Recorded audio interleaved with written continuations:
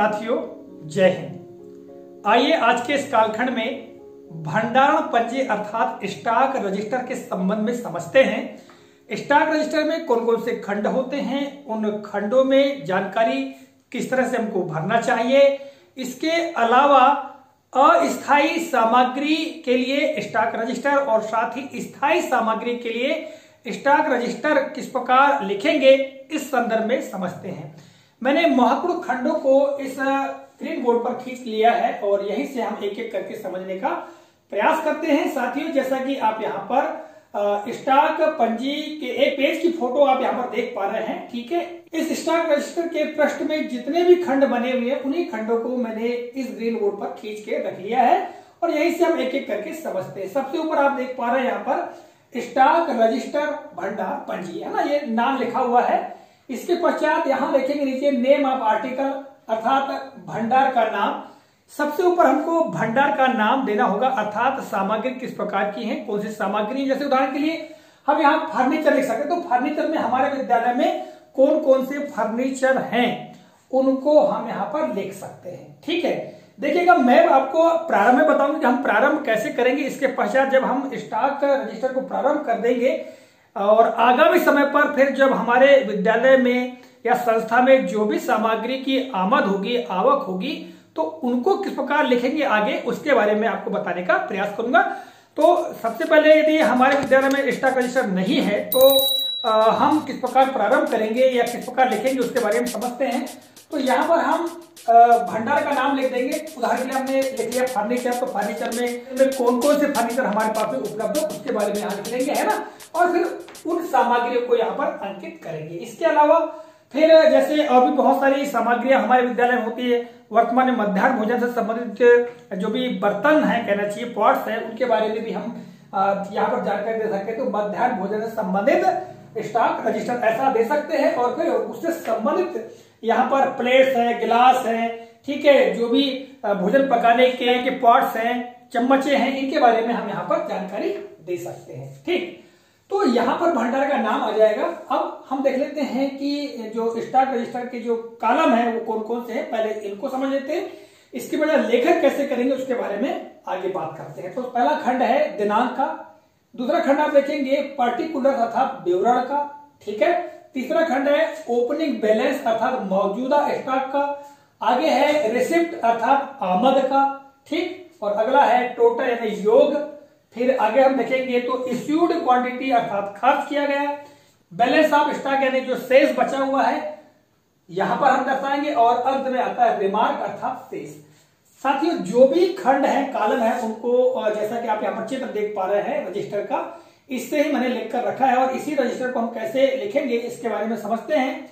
तो मैंने आपको बहुत संक्षेप में इन खंडों के बारे में बता दिया है। अब एक एक करके हम ये जान लेते हैं कि किस खंड में कौन सी जानकारी हमको लिखना चाहिए। दिनांक, तो दिनांक के खंड में वो दिनांक आएगी जिस दिनांक को हमने सामग्री क्रय करा है अर्थात हमारे विद्यालय में वो सामग्री आ गई है और हमारे पास में भंडारित हो चुकी है, ठीक है।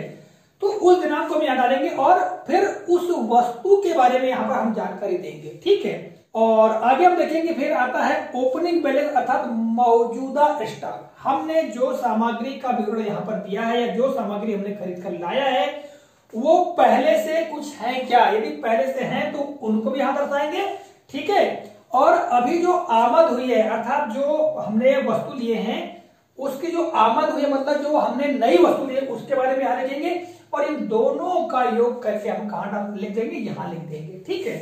तो इस तरह से उस वस्तु का जो कुल योग है यहां पर हो जाएगा। अब कुल में से इश्यूड क्वांटिटी अर्थात खर्च, हमने खर्च कितना कर लिया यानी उसका उपयोग कितना कर लिया है, यहां पर आ जाएगा। उनकी संख्या आ जाएगी, खर्च की संख्या, और फिर आता है यहां पर बैलेंस ऑफ स्टॉक, शेष कितना बचा है, तो उसको हम यहां अंकित कर देंगे। इसके अलावा अतिरिक्त यदि कोई विवरण आता है हमारे पास में तो उस विवरण को यहां पर दर्शाया जाता है। अब इसको हम उदाहरण के माध्यम से समझते हैं। जैसे हमने किसी एक तिथि को कुछ कुर्सियां अर्थात फर्नीचर का क्रय किया और उसमें कुर्सियों का क्रय किया। मान लिया जाए हमने 6 कुर्सियों का सेट खरीदा, प्लास्टिक कुर्सी, तो हम यहाँ दिनांक डाल देंगे, अर्थात जिस दिनांक को हमने क्रय किया है हमारे पास जो बिल होगा उस बिल की ही दिनांक यहाँ आ जाएगी, ठीक है।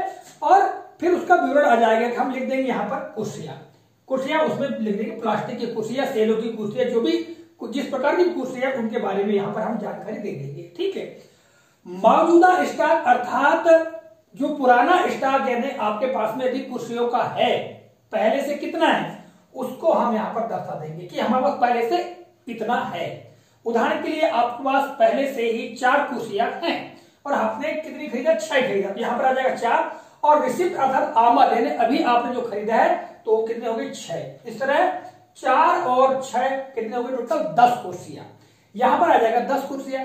अब 10 कुर्सियों में से आपने कितनी यूज में ले लिया है, यूज अर्थात उपयोग में, कक्षाओं में प्रत्येक कक्षा में हो सकता कुर्सी होगी, है ना, कार्यालय में कुर्सियां रखी होंगी, तो उनका यदि आप उपयोग कर रहे हैं तो वो उनकी संख्या आपको लिखना है। उदाहरण के लिए आपने 10 कुर्सियों में से 8 कुर्सियों का उपयोग कर लिया है, अर्थात वो अभी हम उनका प्रयोग कर रहे हैं तो ये आ जाएगा इश्यूड खर्च में आ जाएगा। और यदि हमने 2 कुर्सियों को रख दिया है सुरक्षित, उनका उपयोग हम नहीं कर रहे हैं तो वो क्या जाएगा बैलेंस स्टॉक में जाएगा, यहाँ पे आप उसको 2 लिख के रख देंगे। और रिमार्क में यदि पुरानी कुर्सियों से कुछ टूट फूट रही है मान लो तो हम यहाँ पर उसका विवरण भी दे सकते हैं कि एक कुर्सी जर्जर हालत में है या खराब स्थिति में है, ऐसा विवरण दे सकते हैं, या कुछ नहीं है मान लो तो हम यहाँ पर डेश लगा सकते हैं।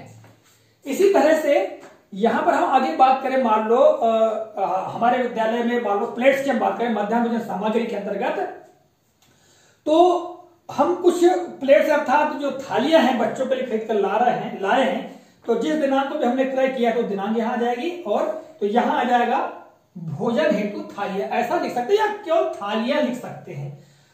और यहाँ ओपनिंग बैलेंस अर्थात पहले से कितनी थालियां कितनी प्लेट्स हैं आपके विद्यालय में बच्चों के लिए तो उनका विवरण आ जाएगा।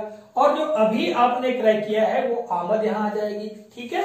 और आमद यहाँ आ जाएगा, दोनों को टोटल करके हम यहाँ लिख लेंगे। इसके पश्चात आपने खर्च कितनी किया है उसका विवरण यहाँ पर देना होगा। उदाहरण के लिए आपने 25 थालियां अभी क्रय किए हैं और पहले से 30 थालियां हैं, ठीक है। तो इस तरह 25 और 30 थालियां कितनी हो जाएंगी, 55 थालियां हो जाएंगी और आपके पास में 50 ही विद्यार्थी हैं। तब आप इश्यू कितनी करेंगे 50 और आपके पास कितना बैलेंस बच जाएगा 5 थालियां बैलेंस बच जाएंगे, शेष बच जाएंगे, उनको आप सुरक्षित रख देंगे तो यहाँ पर आ जाएगा 5। यानी प्लेट जो है आप कभी कभार कोई थाली गुम गई मान लो तो उसके स्थान पर नई थाली का उपयोग कर सकते हैं, तो यहाँ पर आ जाएगा 5। और यहाँ पर हम रिमार्क में भी लिख सकते हैं या कुछ थालियां गुम गई मान लो तो उसका विवरण भी दे सकते हैं कि इतनी थालियां गुम चुकी हैं, ठीक है। अभी आपको रिमार्क के खंड का भी उपयोग बताऊंगा कि क्या इसका उपयोग करना है। तो ये मैंने आपको बता दिया कि भाई किस तरह से हमको इनको भरना है इन कॉलमों में, ठीक है, जानकारी को। अब हम बात कर लेते साथियों कि स्थायी सामग्री और अस्थायी सामग्री। तो स्थायी सामग्री कौन सी है इसके पूर्व के वीडियोस में मैंने आपको जानकारी प्रदान की है, फिर भी बहुत सारे शिक्षक साथियों ने मुझे कॉल करके कमेंट करके पूछा है कि सर इसके बारे में जानकारी प्रदान करें। तो साथियों मैं पुनः आपको बताना चाहता हूं कि स्थायी सामग्री वे सामग्रियां होती हैं जो कम से कम 2 से 3 वर्ष यानी दीर्घ काल तक वो चलती हैं। जैसे कुर्सियां, अब कुर्सियां हमने लाया तो वो चलते रहती हैं, वो स्थायी सामग्री के अंतर्गत आ जाएगी। अर्थात सारे जो फर्नीचर्स हैं वो स्थायी सामग्री के अंतर्गत आते हैं। इसी तरह से मध्याह्न भोजन से संबंधित जो बर्तन हैं वो भी स्थायी सामग्री की सूची में आएंगे, ठीक है।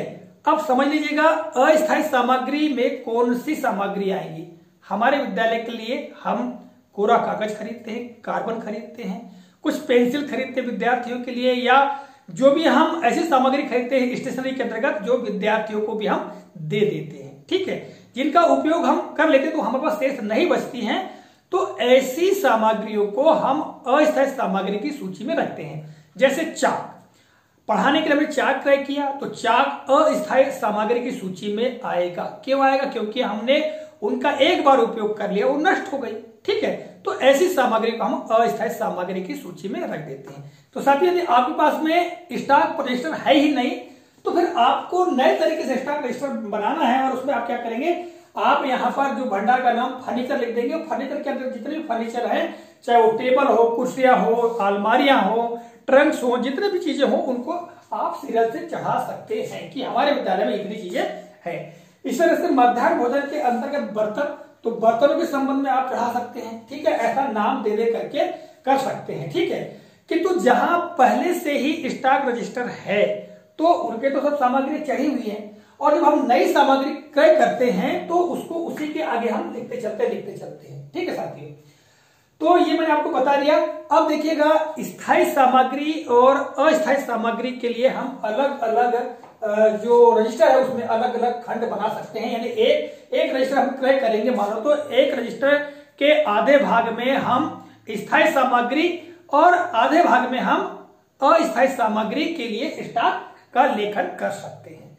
बहुत सारे शिक्षक साथियों का प्रश्न आता है, क्या हम नई सामग्री के लिए कोई नया पेज लेंगे चढ़ाने के लिए या फिर उसी पेज से प्रारंभ करेंगे? तो साथियों मेरा सुझाव यही है कि जब आप जिसके पास पहले से ही स्टॉक रजिस्टर है और उसमें सामग्रियां चढ़ी हुई हैं, लिखी हुई हैं, तो आपको जब नई सामग्री क्रय करते हैं तो उसी के नीचे से लिखना चाहिए। यहाँ तो ऑलरेडी तारीख है, तिथि हम डालते ही हैं, ठीक है, उसी के आगे आपको लेखन करना चाहिए।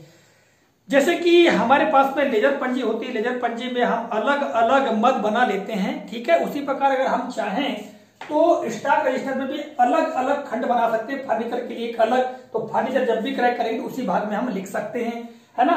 और अभी जैसे कि मैंने आपको बताया, मध्याह्न भोजन से संबंधित जो बर्तन वगैरह हैं, ठीक है, स्टेशनरी के एक अलग खंड बना सकते हैं हमने, ठीक। तो इस तरह से हमारे पास में स्टॉक रजिस्टर हो जाएगा और स्टॉक रजिस्टर में सारी सामग्रियां अंकित होंगी। अब साथियों हम बात कर लेते हैं रिमार्क की।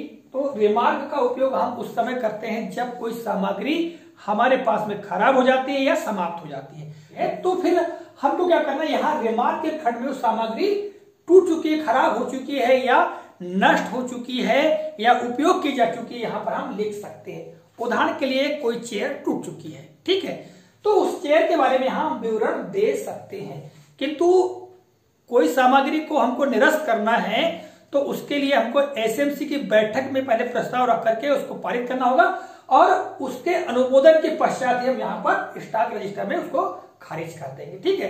किंतु जो स्टेशनरी या छोटी मोटी सामग्री है उनको हम यहाँ पर लिख सकते हैं कि मतलब उपयोग की जा चुकी है, समाप्त हो चुकी है, इस प्रकार हम यहाँ पर लिख सकते हैं। तो साथियों स्टॉक रजिस्टर के संदर्भ में ये जानकारियां थी।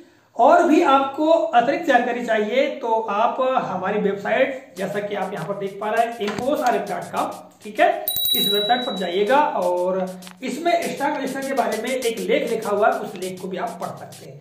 इसके अलावा साथियों आपके मन में कोई संदेह, कोई प्रश्न उठ रहा हो तो हमारे वरिष्ठ शिक्षक, जैसे कि आप यहाँ पर देख पा रहे हैं, सम्मानित श्री देश पट्टे सर, आप इनसे भी कॉल के माध्यम से या व्हाट्सएप चैट के माध्यम से जानकारी हासिल कर सकते हैं। आशा करता हूं ये जानकारी आपको काफी उपयोगी और महत्वपूर्ण लगी होगी। मिलेंगे अगले कालखंड में किसी नए प्रकार, नई जानकारी को लेकर। तब तक के लिए नमस्कार, जय हिंद, वंदे मातरम।